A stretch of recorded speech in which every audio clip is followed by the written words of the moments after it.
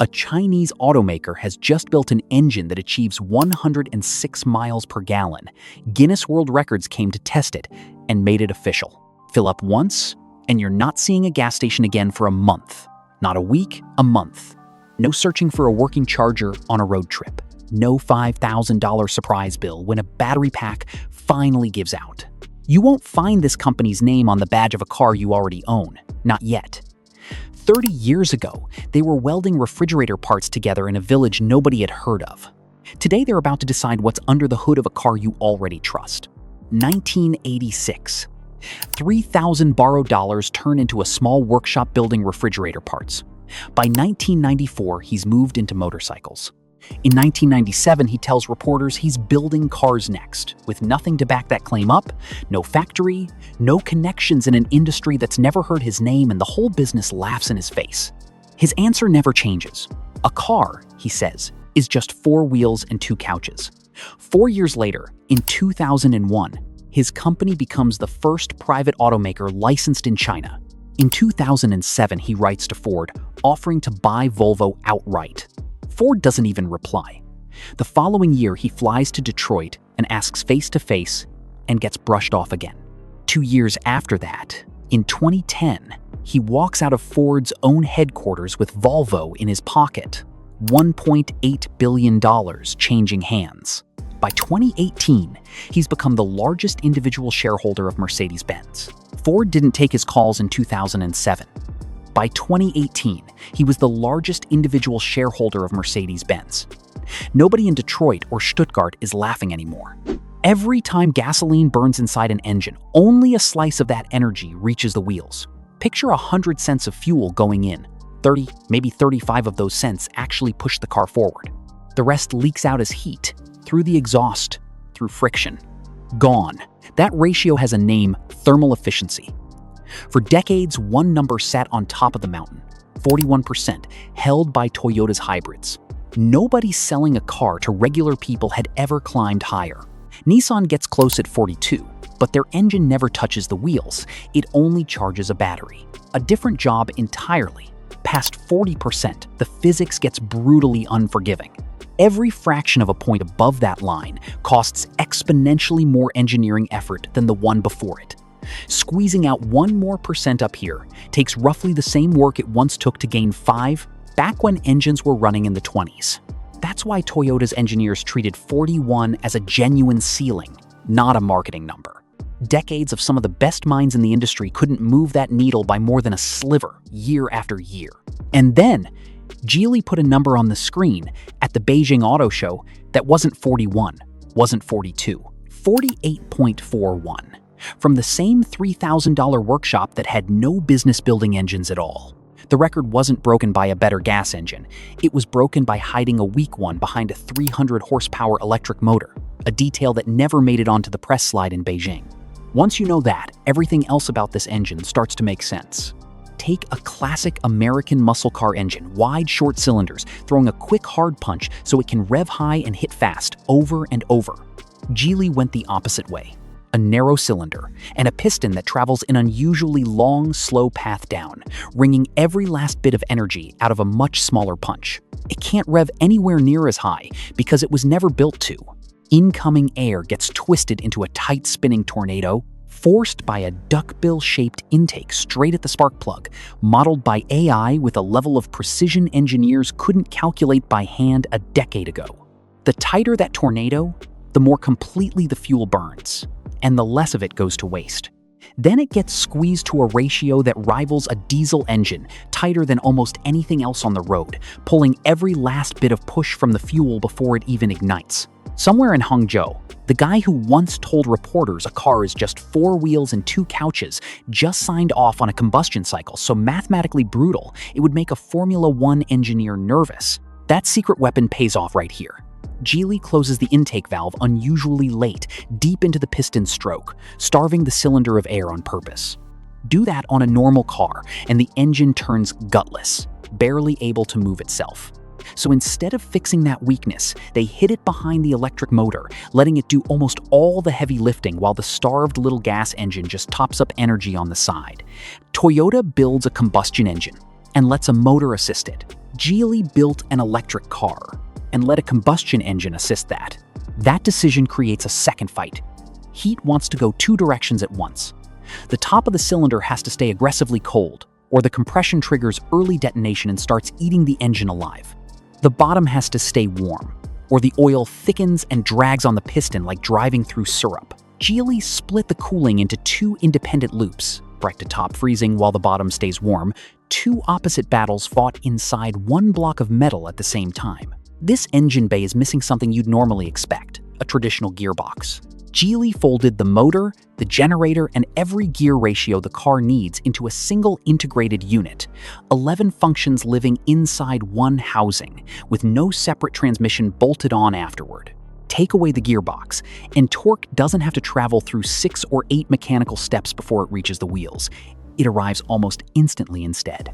That's why this car goes from a standstill to 18 miles an hour in under 2 seconds. Torque response measured in milliseconds instead of the usual half-second lag of a conventional transmission. In city traffic, it can run on electricity alone up to about 40 miles an hour. Gas engine completely silent, completely off. From the driver's seat, the handoff between motor and engine is invisible. No jolt, no rev flare. Just a transition happening faster than a foot on the pedal can register it. Grind down friction with diamond-like coatings on over 100 moving surfaces, and the lab number comes out to 48.41%, within 2 points of a Formula One engine that cost hundreds of millions of dollars a season to develop. That's the number from a bench, under perfect conditions. The real test was still waiting. On that track, Geely's Emgrand i-HEV averaged 106 miles per gallon, verified independently by Guinness, a second world record from the same car. It beat Toyota's own LA to New York Prius, run by more than 12%. Not a prototype. A production sedan you could walk into a dealership and buy today. Geely never put this part on that stage in Beijing. Independent engineers tore this engine down piece by piece, and the surprise wasn't what they found, it was how familiar it looked. Toyota already builds a cylinder nearly as narrow. Toyota already pushes compression close to 14-1, within shouting distance of Geely's 15.5. The diamond coatings, the laser-clad valve seats, Toyotas had both for years. Not one piece on that bench was actually new. What Geely actually did was gamble, pushing the gas engine's weakest breath to a point Toyota never dared go, because Toyota never had a motor big enough to hide the damage. This isn't a new invention. It's a bet nobody else was willing to place. Break the number down piece by piece, and the underscore shape and the higher compression together are only worth about 1 extra point of efficiency, a rounding error next to the 7.5-point gap. The independent teardown channels that pulled this engine apart agree on almost nothing else, but they agree on that math. There's a philosophical split hiding underneath the technical one. Toyota builds an engine that has to work as a standalone unit, with or without electric assistance, because Toyota still sells cars where the battery is small and the motor is a helper, not the main event. Geely never had to make that compromise. Once you accept the motor is doing the driving, the gas engine is free to specialize in one narrow job and nothing else. And specialization, in almost every branch of engineering, tends to beat being good at everything at once. Where they split is over what to call the rest of it. Some call it clever, proof that Chinese engineers have fully closed a 50-year experience gap with Japan, Germany, and the United States, using a tool that was sitting in plain sight the whole time. Others call it a trick of arithmetic, a chemistry class answer dressed up as an engineering breakthrough, achievable by any manufacturer willing to bolt on a big enough motor and accept a gutless little engine underneath it. Both sides are looking at the exact same block of metal and reaching opposite verdicts, and that argument alone tells you something. Nobody is disputing the number. 48.41% is real, certified, repeatable. What they're disputing is what it's worth to call it new. And that bet has a price. Send this car up a long mountain grade after the battery runs low, and the starved little engine can't power the wheels and refill the battery at the same time. Drivers have reported exactly what you'd expect, a sudden, noticeable loss of power right when they need it most. Geely's fix wasn't a bigger engine. It was software. An AI system that scans the route ahead and quietly tops off the battery on flat ground before the climb even starts, so the car never gets caught empty-handed. A calculated weakness, patched over with code. And Geely wasn't the only company willing to make that trade. May 2024. BYD announces its fifth-generation hybrid, claiming 46.06%, the highest in the world. Within hours, Geely fires back with its own certificate, 46.1, beating BYD by 0.04 of a percentage point. BYD's head of PR doesn't let it go quietly. Forget the paper numbers, he says. What matters is mass production, mass production, mass production. Days later, a leaked BYD certificate shows 46.5. The number keeps climbing on both sides for months, until Geely lands the knockout at 48.41. By the end of that year, Geely had already answered with something more concrete than a certificate. Their Lycian EMI engine hit the road in a commercial production car at 46.5%, the exact number that had just leaked from BYD's own lab. Now sitting under the hood of a car, actual customers were driving off a lot. A leaked certificate proves a lab result. A car in someone's driveway proves something the paper never could. It started with Great Wall Motor back in 2023, when their engineers tested BYD's Chin Plus and Song Plus models and went public with what they found. Fuel tanks built with no pressure resistance at all, cheaper than the sealed, pressurized tanks required for plug-in hybrids. Exactly the kind of shortcut that could vent raw, unburned vapor straight into the air past emissions limits. Geely wasn't the company that broke that story. They were the one who made sure nobody could look away from it, their vice president backing GWM's findings publicly, sending his own engineers to pull a BYD car apart and confirm it for themselves, then calling the whistleblower a hero for speaking up. And while Geely and BYD were busy tearing chunks out of each other, something bigger was happening behind them. Every punch landed in that fight was also a punch aimed at Toyota, at Honda, at Detroit. Because while two Chinese companies argued over 0.04 of a percentage point, both of them had already lapped the 41% wall that took the rest of the industry 30 years to build. Toyota and Honda weren't even in the ring. Within days of the Beijing announcement, European auto outlets that had spent years treating Chinese hybrids as a footnote started running full teardown breakdowns and side-by-side spec sheets against their own domestic brands. The tone shifted fast from curiosity to something closer to concern. Volvo, a brand built on a century of Swedish engineering identity, Prosti, now has to explain to its own customers that the most efficient engine in its next generation of hybrids won't come from a Volvo lab at all. It'll come from the same corporate parent that most Volvo customers had never even heard of a decade ago. That's not a small identity shift for a brand that has spent decades selling safety and precision as things only it could deliver. Geely's own spokesperson didn't stay quiet about what any of this meant either. Standing in front of reporters, Victor Yang said flatly that their technology would comprehensively surpass the hybrid technology from the Japanese, a direct swing at the two companies that had owned that conversation for 30 years. It's a big claim to make out loud. But by this point in the story, you've already heard the number sitting behind it.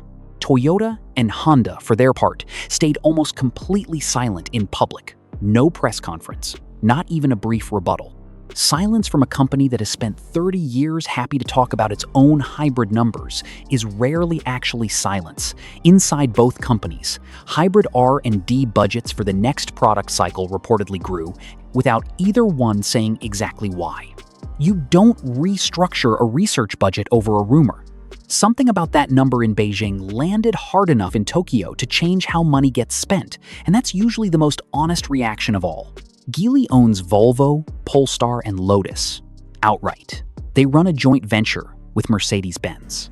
They license this powertrain to other automakers worldwide. The engine sitting in a lab in Hangzhou today is already on its way into a Volvo showroom in Stockholm, and eventually into a badge Americans already trust, parked in a driveway they never expected. BYD sits at 46%. Atos hit 45%. Changan, SAIC, GAC, Chery, and Great Wall have all shipped cars with combined ranges over 2,000 kilometers in the last 18 months. Toyota and Honda's best hybrids are still at 41. Ford, GM, and Stellantis haven't even cracked 35. take just one of those numbers and make it concrete. A car with a combined range past 1,200 miles doesn't just mean fewer fuel stops. It means an owner in rural Montana or the Scottish Highlands never has to plan a trip around where the nearest charger might be. That's the entire pitch of this technology, stripped down to one sentence. The range anxiety of a road trip, gone, without asking anyone to rewire their garage first. That gap between 35 and 48 isn't a small edge in a competitive market. It's the difference between a tube television and a flat screen, not an improvement on the same technology, but a jump to a different tier of it entirely. Geely's expansion into Europe isn't happening on a level playing field either. Since 2024, the EU has stacked extra duties on every Chinese-made electric vehicle sold there. Geely's own brands facing costs that push well past a quarter of the car's value. Plug-in hybrids slipped through that net entirely, taxed at the standard rate only, until Chinese brands leaned into that gap hard enough that Brussels started drafting new duties aimed specifically at hybrids by the middle of 2026.